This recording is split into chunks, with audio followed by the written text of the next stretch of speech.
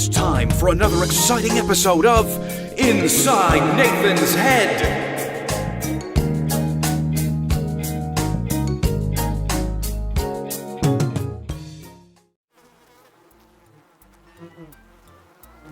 Julius! Why are all those bees in the kitchen? Well, I heard Miss Margie talk about one time she had a beehive. So I thought it'd be really cool to bring the beehive in the kitchen so we could get fresh honey straight out of the hive and put it right on our toast. Julius, beehive belongs outside. And Miss Margie's beehive was a hairdo. Oh, she had bees in her hair? No, it was a hairstyle. It looked like a traditional beehive. Oh, that's really strange. The 60s was strange.